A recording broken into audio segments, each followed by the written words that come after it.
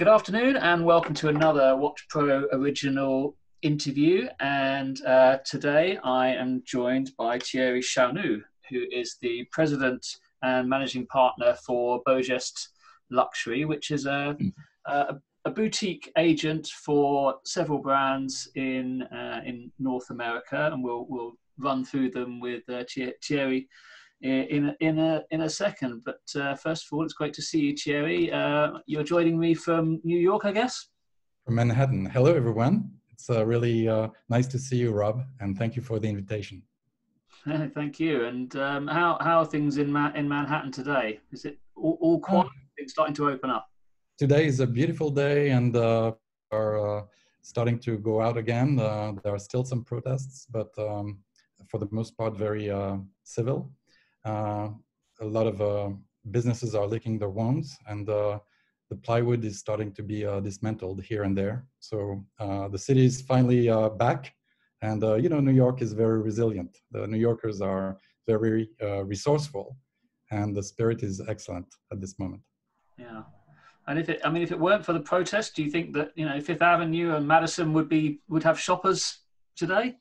Oh, maybe not I don't think it will be instant. Broadway will start probably in September or October if they reopen the theaters. So you won't see that bustling activity that made New York so famous around the world. It's a city that never sleeps. Let's say that it's still a little bit in slumber, perhaps. But you do see people on sidewalks, Central Park, bikers. It's actually a wonderful time to use your bike around New York. And I introduced you as a sort of boutique agent for the watch industry. I mean, you represent a number of brands that if you weren't a real watch aficionado, you may not have heard of some of these: Chronoswiss, Eberhard, Kebedanz, if I'm not even sure I've pronounced that correctly. Meerson and U-Boat, I think, just joined you recently, and Baume Mercier from the beginning of 2020. Baume Mercier and Reservoir as well. And Reservoir, of course. And how's this portfolio come together? Because you launched BeauGeste in 2015, I believe, so it's only a few years in. That's right. Well, those who know me as a corporate executive. I've been all my life in the watch and jewelry industry. I have watches and have jewelry, as a matter of fact. I started at Cartier, and then I run Christophe. I was CEO for many brands, Chopard and Levive diamonds, very large diamonds. And in 2010, I started my consulting firm, which I still actively manage. But when you are giving advice to large brands, whether they're Louis Vuitton, Chaumet, or smaller brands, it's important to know what's going on and to give good advice. And a lot of people in the industry were asking me, well, why don't you represent us? Why don't you, everyone in the States, why don't you do this? And I used to say, no, I'm happy doing my consulting. But then finally I said to myself, there's wisdom in that, in giving advice and actually knowing what you're doing. And plus I've always been on the road. I've always been very much a take charge executive, if you will. I love retailers. I operated our own stores. I visited all the retailers, independent department stores. And therefore, it grew organically. To answer your question, I started in 2015 with only 2 brands, and then another brand, and then another brand, and then another brand. And really, it's been an organic way of growing. Also with representation, BeauGeste is a team, actually. And today we're a team of 6 very experienced, well-liked, reputable sales executives who have territories. So some of them have 20, 25 years of experience in the industry, whether it's with Baume Mercier, as a matter of fact, or Breitling, or brands of that caliber. And we all are trying to provide the retailers with the good old-fashioned service, white glove service. In this age where you have those huge conglomerates and maybe someday robots will take orders. Personally, I still think that human relations is very important. You need to provide service to the retailer. You need to give advice to the retailer. And we are uniquely positioned, in my opinion, to do this. You know, my entire background has been with a luxury selective distribution. I think when I started at Cartier, we literally wrote the book on selective distribution. I think that there is a good medium between being a huge brand and hundreds of retailers and small niche brand. Personally, I started with small niche brands because I have a passion for watches. I love watches that are a little bit below the radar. They each have something to say that is very interesting. Some are very old. I started actually with Eberhard, and as you know, Eberhard is 132 years old. Started in 1887, 133-year-old, and never stopped manufacturing. Two families, and they have a cult following, I would say, in many parts of the world. And that's the type of brands I really wanted to represent in the States when I started BeauGeste. Then it grew, as I said, one brand and another, but always based on personal relations with the owners. I love the direct contact with the principals of the brand. Reservoir, I started from the very inception of the brand when they started. When I first met François Moreau, the founder and CEO of Reservoir, they were only prototypes. That's what I like. I like also old established brands, but also I love brands that are innovating, that are shaking the tree, that are bringing some fresh air. And a lot of retailers, in my opinion, need to have those brands in their stores because it shows the customers something new, something fresh. And that's what I like. Plus, I like to have fun doing what I'm doing. So, yeah. I mean, retailers at the moment are really being squeezed by the big conglomerates that you, as you just described them. Yeah. You know, if depending on what sort of level of retailer they're at, what level of luxury, they might be, you know, Rolex asking for half the store, and then Patek Philippe for the third, and Breitling wants this, and Omega wants that, and Cartier wants the other. I mean, it must be getting pretty tough to get these niche independent brands into stores these days. I love the challenge. But you know, I like also David against Goliath. When I first became president of Chopard, it was a relatively small firm, and a lot of retailers just didn't care for it. And after just a few years, we really developed a network of shops and shops, wall units, and many prestigious stores. And a lot of my ex-colleagues at Cartier, for instance, were asking me why did I join a small company, and I think it's family-owned. Small is actually wonderful, and there's this toggle, if you will, with the retailers, because obviously they are in business to make a profit, to sell, to make a living, to pay the rent, to pay their associates. So they do need, obviously, established big brands that can provide all these the comforts of and the prestige of having those big brands. But there's also another side to the coin, and I think that there should be more room, in my opinion, for smaller brands that have something to say. Think of it, maybe I think of myself and my associates at BeauGeste like we're like an art gallery, and we love to represent very talented artists that that have something to offer on the marketplace, that are obviously very reputable, that have excellent quality products, that have integrity in design, workmanship. I mean, all those things are obviously very important to us. We would not want to represent some brand that doesn't have those attributes. But at the same time, we think that the retailers, obviously they are being pulled into so many different directions. And then there's e-commerce and those, as I said, those big brands that are exerting a lot of pressure or simply sucking all the oxygen in the room. So it is a challenge, but there is room for it. There is a path for it. And the best, I would say the best satisfaction I have is when we do trunk shows and we do events, and the public, the consumers, the watch retail, the watch aficionados turn to the owner of the store and say, "Ah, I like what you're doing. It's so nice. I didn't know it existed. This is fantastic." This to me is my greatest source of satisfaction, is to establish that bridge between the retailer and brands that really should have a little bit more of recognition.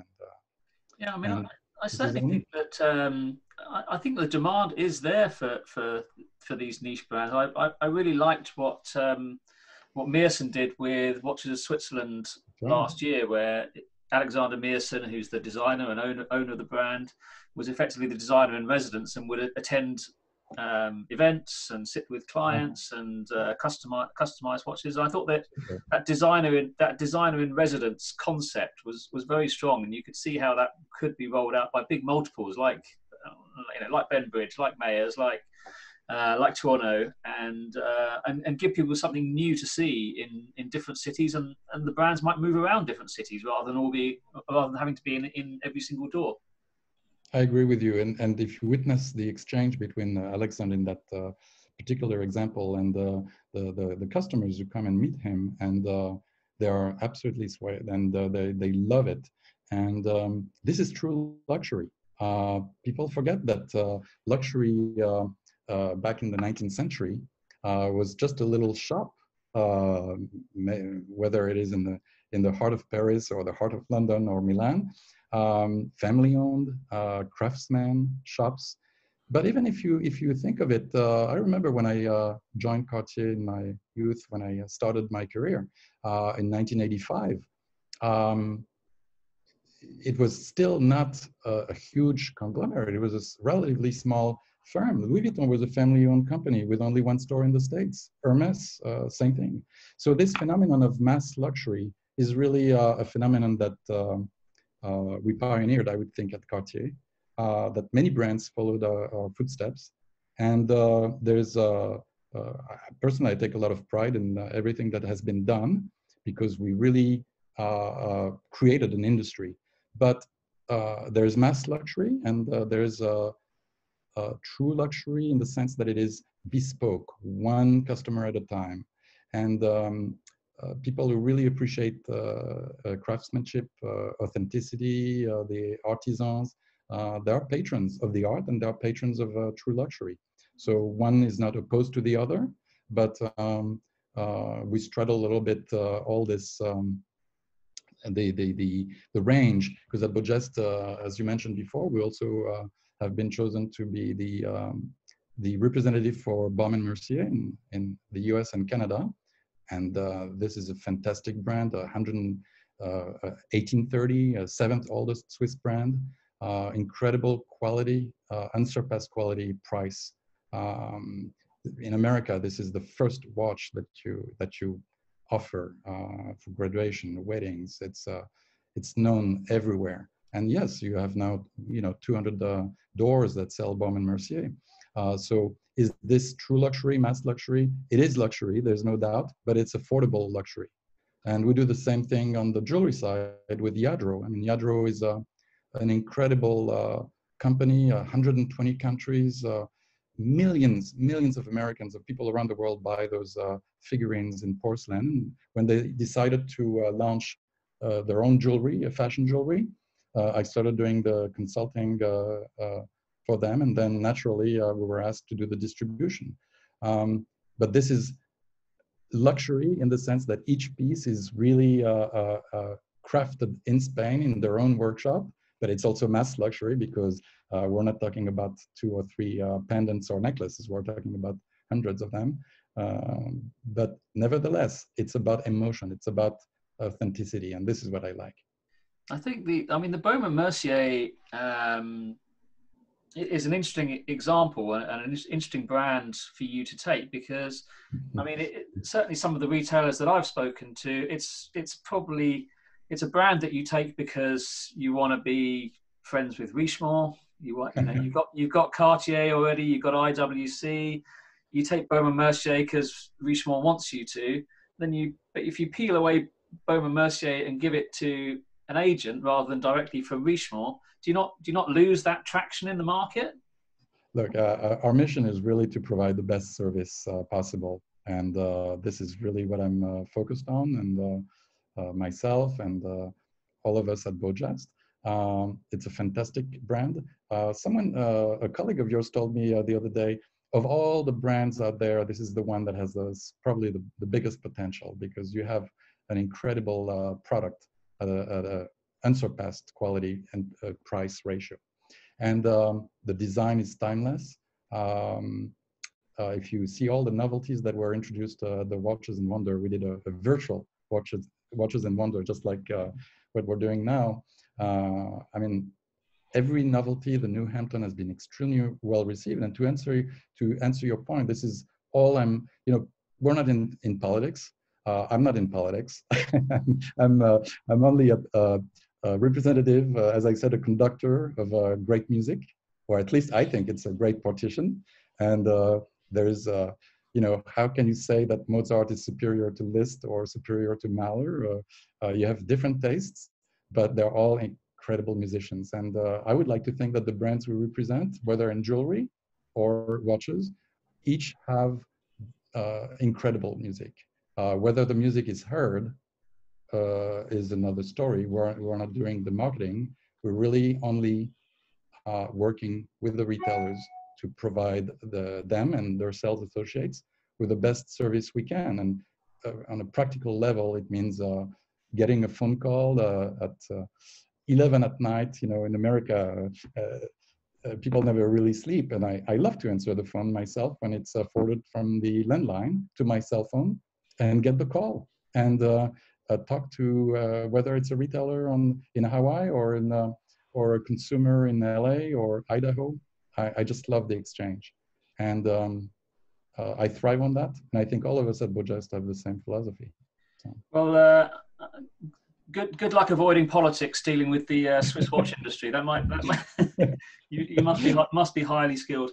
I wanted to know a little bit more about how the business works for you. I mean, when you're going into a retailer and you're offering a brand, like a Baume Mercier, like a Reservoir, like a U-Boat, brands that are not just selling a few hundred watches a year. They want to sell thousands of watches a year. How much is it your role to simply sell into that retailer, and how much is it your role to generate demand from consumers for that retailer? Because the retailer, kind of wants the brand to do the heavy lifting for them in some ways, don't they? That's true. Well, we live a complicated world because in the past, things were very simple. You would have a media plan, you buy a few ads in the magazine, you just put the name of a retailer, and then they're very grateful, and they carry the line and they sell it, and people come in the store and just buy it. That was the old, I was, as I said, I've been on the road. I started my career on the road. I know what it is to come into a store, take an order, and show the products, write an order, and leave. Life was very simple. Today, you have so many different ways of marketing a product, and now with the social bloggers, influencers, social networks, the sheer economics, the politics make that it's really a negotiation with the retailer. They have imperatives. The product needs to sell. The product needs to rotate. If you don't achieve a certain set of parameters, you're out, or you're going to be relegated to Siberia. And at the same time, the consumer buys now online, and you have all sorts of things going on the internet. So the music gets very complex, okay? And I would not be saying the truth if at times, of course, even retailers that I've been knowing for all my life, that are dear friends, that are great people, at times I'm telling them, okay, but maybe there's a different angle. Why don't you try to do this or to try to do that? And I sense and I feel that the paralysis, the mental blocks are there because we live in a transition period that is very intense. And over the past 20 years, things have changed tremendously. So people are a little bit lost. They are trying to survive, frankly, and maybe even more so with the current events than even 2 years ago. So I'm not God. I don't know how things will do. All I can tell you is that there will always be a need for old-fashioned white glove service. Okay, that's, if there's one thing I believe in, and whether you accomplish this by doing this a certain way or another way, you need to experiment, you need to try. But this is my true north. This is my compass, and this is what we try to do. So, to answer your question, the many retailers maybe they say, should I try? But if I try, what will happen if I fail? And and I'm not judgmental, and I respect their decision. But I think that inch by inch, one by one, we try to create a path. And what else can I do? Grow and grow at our own pace, and maybe it will be accelerated in the next few months, because a lot of things will change in the industry, both in Switzerland or in Europe, for all those brands, and also, unfortunately, on the retail scene in America and elsewhere, there will be casualties. So do I have a crystal ball? No, but at this very moment, all we can say is continue to acquire one customer at a time.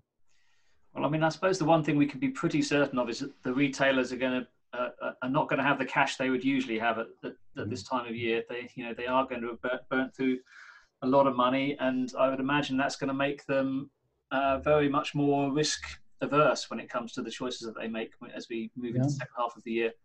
But at the same time, there are ways you can save money. For instance, let me give you an example. We're all independents. We're entrepreneurs. Part of my conversation I have with many brands in Europe is to say, okay, I'd love to visit so-and-so in, I'm just going to give a state in random, Utah, okay? But for me to fly, to spend money to visit that one customer with hotel, I need to do a calculation. Return on investment, is really worth it? And guess what? Because of this crisis now, we have Zoom meetings. We have this Zoom conversation. 2 weeks ago, we had we were very proud because we were the first brand, Reservoir was the first brand chosen by a retailer in Denver, Colorado, to do a Zoom meeting with all their best customers. They had a little goodie bag that they came to pick up at the curbside, and it was fantastic. My partner, Frederick, in Texas, who covers the area, and myself, I was up in New York, and every customer was sipping rosé with crackers and cheese. And for 1 hour, we were able to sell and to explain the brand and answer questions without actually having any expense or travel expense. Now, is that the future? I believe it will be more and more common. It will obviously not replace those one-on-one, face-to-face meetings, but sales were made. So to answer your point is that, yes, the economic pressure is there, but you can find ways to sell without losing your integrity. You don't need to put a big sign on your window saying everything must go.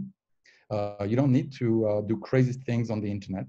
You can cultivate instead your relationships with your customers. And believe me, in America, and as well as many other countries, jewelry customers, watch customers and jewelry customers are very loyal because they trust the advice of their local retailer.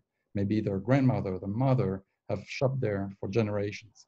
And of all the different categories of products in the States, jewelers are the ones who have mostly resisted the onslaught of those big chains. So I do believe in the future of small retailers. I hope they can survive this crisis. But my message to them is that there are ways to sell, ways to cultivate your clientele, ways to communicate with them and introduce them to something really, really good. Be a merchant. This is what you are. You are a merchant. I'll never forget one day when I was president of Christoph Silver, I was going around Neiman Marcus with Stanley Marcus. He was a big collector of crystal silver, and we did a lot of trunk shows at the time and engraving events. And I will never forget the shoppers telling Stanley Marcus, "Good morning, Mr. Marcus. How are you doing, Mr. Marcus?" And he was the prince of merchant. And this never left me. It made a big impression. So you need the bean counters, you need the financial people, but you need, first of all, you need to sell, and you need to bring products. And that's what he did in his time in America. He brought interesting products from Europe. He created the market for the Louis Vuittons, the Hermes, the Prada, the Gucci, you name it. So yeah. I'm very optimistic for that reason. Good. Well, I think our Zoom timer is running down, and we're running out of time a little. I just wanted to ask you finally about how this year has been without the major shows. You take away Watches and Wonders, you take away Basel World. A lot of the brands, obviously, because of production issues and also not necessarily wanting to make announcements during this terrible time. Yeah, it's been I mean, it's so we've had a bit of a vacuum in terms of excitement being generated from the brands in the usual way. Do you think that that'll sort of be caught up and create a pent up demand as we move into the summer or through the summer towards the holiday season? Yeah. And what do you think about what should happen next year in terms of exhibitions in Switzerland and indeed the United States? Well, it's very sad that we could not meet in person with a lot of our clients and the press and retailers. But this too shall pass. I mean, the pandemic at some point will be over, and there will be trade shows, obviously, and we're looking forward to this. In the meantime, even during a crisis, even during World War I or after World War I, there were the Roaring 20s. People were spending like never before in jewelry. One of the brands we represent, Mercier, is also sixth generation. 1839 in Barcelona, they create incredible enamel jewelry, and the clientele is very loyal. And you always have like anniversaries, celebrations, special moments in life. So the world goes on, and we will find a way. I'm always saying the glass half full, not half empty. Well, I appreciate that. We need as many optimists around as we can get. I certainly like the sound of Roaring 20s all over again. I think that would be that really would be something that we could all sign up to. Well, I guess we're out of time now, Thierry. It's been really good to see you again. Hopefully next time it'll be in person. Have a glass of wine in Manhattan next time I'm over there. I look forward to that, and hopefully there won't be a need for a mask. Yeah, exactly. Thanks, Thierry. Thanks very much. Thank you very much, Rob. Have a wonderful day. You too.